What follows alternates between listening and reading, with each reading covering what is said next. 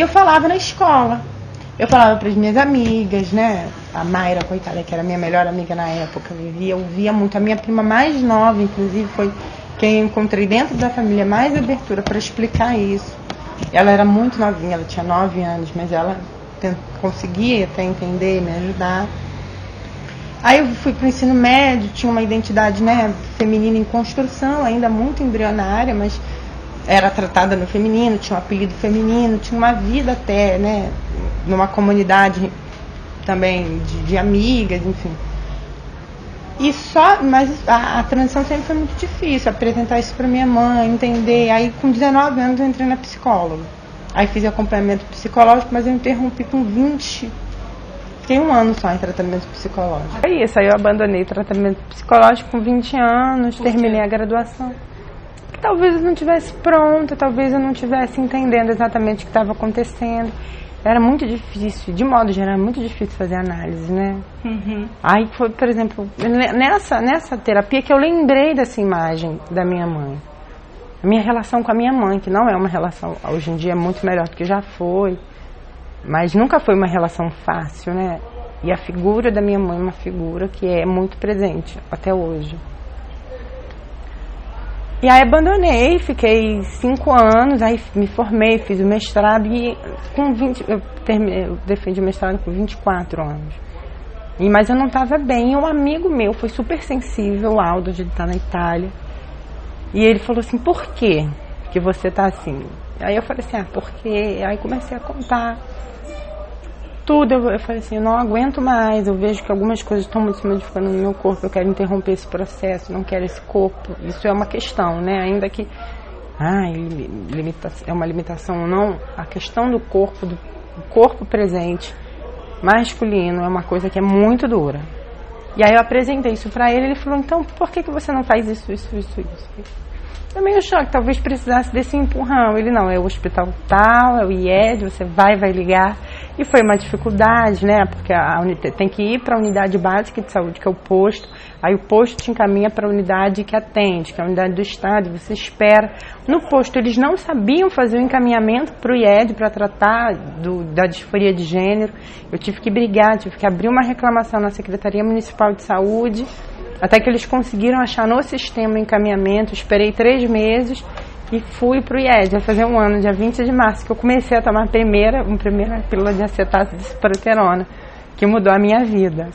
Porque ela é um remédio que bloqueia, né, a produção de testosterona e as características secundárias masculinas, traz alguma reversão. Nossa, para mim já é um grande alívio. E tem 1 ano, vai fazer 1 ano, dia 20, que eu estou nesse processo. Você falou sobre a questão da Gisele Bündchen, de querer ser igual a Gisele Bündchen. Como é esse racismo? Porque você passa, além de... Nossa, também tem uma questão também é muito difícil de ver.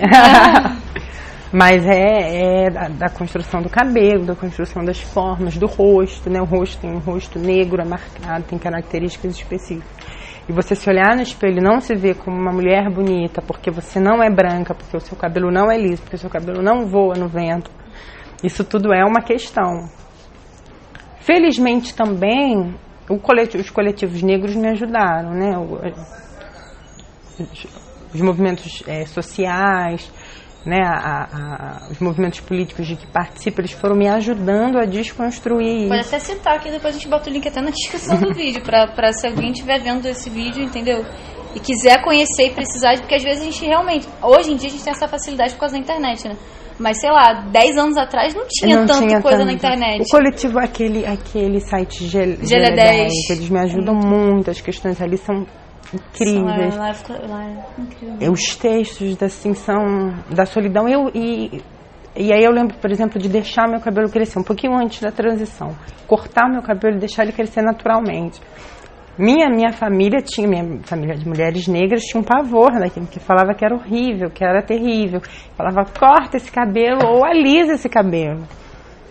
E essa semana foi sempre um processo de desconstrução, de me achar bonita, não como um padrão para ser objetificada. Porque a mulher negra também, o padrão a disposição da mulher negra é o padrão para se enquadrar como objeto de consumo, né?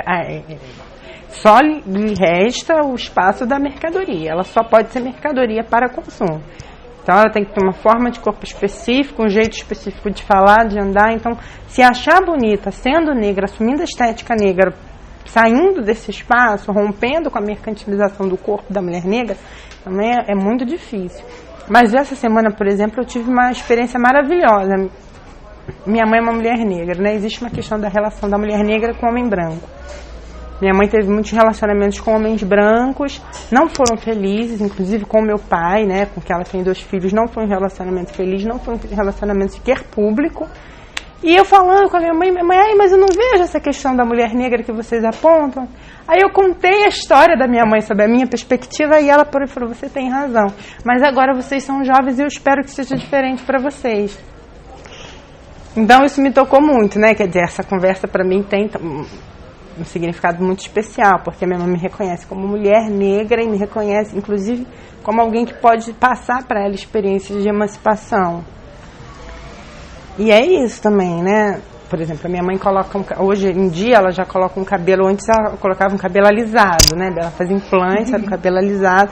Hoje é um cabelo mais próximo da estética negra. Então, tem avanços, eu acho. Mas não é fácil, a gente nasce querendo ser a Gisele Bündchen, né? Negra, branca, chinesa, a Gisele Bündchen, né? E as mulheres brancas, louras, todas elas, independente dos corpos que nascem, dos corpos que existem, são todos levados, constrangidos a buscar um padrão de beleza cruel, cruelmente colocado, que te coloca como feia, que te faz não gostar do seu corpo. Eu vi um vídeo no canal da SBI uma vez, em que tinha um rapaz negro, transexual, que disse que a primeira vez que ele percebeu que a sociedade estava começando a enxergá-lo como um homem, e um homem negro, foi quando ele entrou num ônibus e percebeu que algumas senhoras, algumas pessoas seguraram mais forte a bolsa, esconderam alguma coisa. Falar sobre isso. Antes, quando eu me fantasiava de rapaz, eu senti isso claramente, né? A minha presença era uma presença que ameaçava. Quando eu senti que eu estava sendo reconhecida como uma mulher, é uma questão geral, né, de todas as mulheres, é o silenciamento. Por isso que eu digo que em um ano eu nunca tive tantas declarações de amor. Meu amor, minha querida, vem cá. Aí eu passo uma hora, eu sou impaciente, né? E eu fico mais impaciente, porque um homem me fala comigo uma hora, uma coisa que ele poderia falar em 1 minuto, me dando uma explicação. E isso, assim, isso nunca aconteceu comigo, né? E eu já sou impaciente. Eu geralmente saio andando na frente agradecendo antes da pessoa completar. Mas é verdade, assim, muda muito a relação, né? Agora, por exemplo, eu sou muito paciente, aí vem um táxi. Aí eu tava parada, suada, morrendo de vontade de chegar logo, e num sinal, né? Eu tava um pouco à frente da faixa de pedestre, para pegar o sinal que vinha, cortar, eu ia ter que correr, porque senão eu ia ficar presa ali, ia ter que voltar para a faixa de pedestre. Aí veio um táxi parando, assim, devagar, me olhando. Aí eu tive que dar um dedo. Eu não sou assim, eu viro a cara, mas eu tive que dar um dedo, porque eu fiquei muito revoltada. Aí eu fiquei imaginando assim, claro que isso acontece com todas as mulheres, mas os homens em geral acham que a mulher, e quando eles me reconhecem como transexual, sendo negra, eles imaginam que eu sou prostituta. Já aconteceu de eu estar no metrô, um cara sair, ficar me olhando no metrô, e eu estava indo, inclusive, gravar uma entrevista, sem maquiagem, toda horrorosa, lá no Largo do Machado, né? Não estava me sentindo nada bem. Falei, gente, não é possível que essa pessoa esteja me olhando, eu não estou à vontade nem para ter qualquer tipo de interação. A pessoa saiu do metrô, me seguiu e falou, olha que coincidência, estávamos no metrô. Eu falei, fui cortês. E ele falou, por favor, me dá o seu telefone. Eu acabei entregando meu telefone para ele. Falei assim, nossa, será que ele gostou de mim? Tudo bem, né? E ele falou, onde você fica? Eu falei assim, como você fica? Na minha casa, no caso. Eu trabalho. Ele, não, tudo bem. Me ligou 2 dias depois. Eu estava até com a menina que mora comigo, botei no Viva Voz, o que a gente vai falar? E ele retornou, onde você fica? Eu falei assim, eu não estou entendendo onde você quer chegar. A gente desligou, ai não encontra. Pode ser uma gíria, porque ele disse que era paulista. Eu falei assim, não é uma gíria. Ele acha, ele, apesar de eu ter dito que eu era professora, que eu estudava, ele abstraiu, ele não acreditou, porque não pode. Mulher negra transexual é prostituta, na cabeça da maioria das pessoas. Infelizmente também porque não existe espaço no mercado de trabalho para esse segmento, né? Então, elas acabam sendo compelidas e a sociedade acaba tratando dessa forma. Ainda tem essa questão que você falou, que o feminismo negro, as mulheres são... O machismo que elas sofrem é muito diferente do que as mulheres brancas sofrem. É claramente agressivo. Porque o machismo, assim... o homem é lícito machucar e agredir. Com a mulher branca, que está às vezes num espaço relativo de poder, os homens aprenderam a referir. Eu não estou dizendo que é todos, né? Porque uma vez eu fui acusada de misandria. E eu fico muito incomodada, porque eu não sou misândrica. Mas o espaço que o homem ocupa é muito mais fácil para ele exercer poder e agressão, e ser agressivo. Mas com as mulheres brancas, em geral, isso existe uma tradição do tratamento cortês com as mulheres, o que não existe com a mulher negra. A mulher negra não ocupa o espaço em que ela está ali disponível para ser agredida através do cavalheirismo. Então, a agressão que a mulher negra sofre é diferente, não é através do cavalheirismo que disfarça aquilo, é através da abordagem objetificada direta, né? O seu corpo é um corpo, inclusive contente-se com isso, porque senão você um corpo público e seja feliz, porque senão você não teria nenhuma vida sexual. As questões da mulher negra precisam ser incorporadas no debate do feminismo em geral, para entender que são diferentes, né? Apesar de eu achar que o feminismo emancipacionista consegue absorver, entender essas diferenças, mas absorver numa luta coletiva. Você acha que a luta LGBT invisibiliza a luta transexual? Isso também é uma questão complicada, mas eu acho que hoje em dia, eu acho que o movimento LGBT, de uns tempos para cá, tem se repolitizado. Houve uma época em que ele se diluiu naquelas manifestações em que o símbolo eram as paradas gays.